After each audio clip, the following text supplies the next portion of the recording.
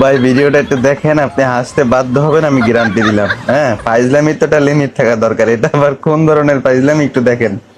ডাক্তারে কিন্তু রোগী একটা নিয়ে আসছে। হ্যাঁ, এটা আদৌ রোগী নাকি লাশ আপনারা দেখেন তাহলে বুঝতে পারবেন। ডাক্তারে একদম কাপড় টাপড় জায়গায় সবকিছু দেখা খাতার ভিতরে সিগনেচার করে, হ্যাঁ, চলে যাবে এখান থেকে। ডাইকা দিছে কিন্তু। হ্যাঁ, পাশে থাকা লোকটার অবস্থাটা কি হয় শুধু একটু দেখেন। ডাক্তার চলে যাইতেছে, এখন ওই লোকটার খালি চেহারাটা দেখেন, ভয় ওনার কি অবস্থাটা হইতেছে। হ্যাঁ, অলরেডি কিন্তু উনি অলরেডি ভয় পেয়ে গেছে। হ্যাঁ, তো দেখা যাক কি হয়, লাস্ট পর্যন্ত দেখেন, মজা পাবেন। হ্যাঁ, খালি কি হয় লোকটার সাথে ঘটনাটা দেখেন। হ্যাঁ, দেখতেছি কি হয় আমরা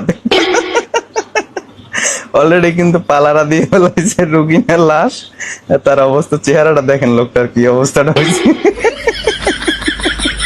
লোকটা দেখেন ভয় উঠতে যায়, একদম চেয়ারের পিছনে যাই দাঁড়াইছে। হ্যাঁ, দেখেন লাস্ট পর্যন্ত দেখেন কি হয়, মজা পাবেন। উনি খালি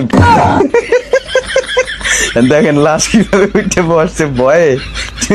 ভয়ে দেখেন একবারে যে চুলের নিচে ঢুইকা দরজা দিয়ে বাইরে যাওয়ার চেষ্টা করতেছে। ভাই এটা কোন ধরনের ফাইজলামি? লোকটা তো আরেকটু হইলে স্টক করতে হবে ভাই।